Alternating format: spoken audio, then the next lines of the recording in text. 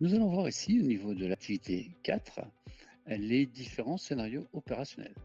Ces scénarios opérationnels, que l'on retrouve ici, sont en fait issus de l'activité 3.2.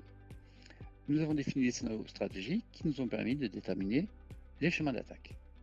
Ces chemins d'attaque, on les retrouve donc ici, au niveau de mon scénario opérationnel. Au niveau de ce scénario opérationnel, nous allons avoir différents actes élémentaires qui vont être définis. Ces actions élémentaires, c'est ce qui va permettre à l'attaquant de d'abord connaître, puis de rentrer, puis de trouver, et enfin de pouvoir exploiter afin d'atteindre mon objectif qui a été défini sur l'atelier 2, dans mon couple SROV. Donc l'objectif visé. Au niveau de l'activité 4.2, au niveau de ces différents modes opératoires, j'ai différentes actions élémentaires et l'objectif de cet atelier est bien de définir une probabilité sur chacun de ces actes élémentaires.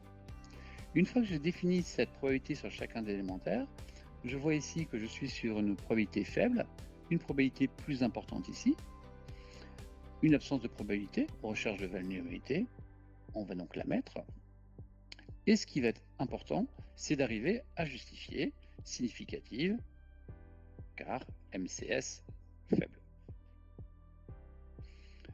Nous avons ainsi, sur la totalité de notre scénario opérationnel, des probabilités sur chacun de mes actes élémentaires.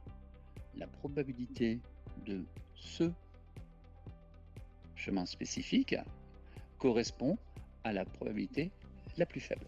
Donc ici, nous avons faible. Ensuite, il va falloir déterminer quelle est la probabilité de ce scénario opérationnel, c'est-à-dire de chacun de ces chemins. Cela correspond à la probabilité la plus forte pour arriver à obtenir mon objectif visé. Ainsi, pour chaque mode opératoire et de l'événement le plus faible, de l'acte élémentaire le plus faible, alors que la probabilité de mon scénario opérationnel, ça correspond à la probabilité la plus importante de mes différents modes opératoires.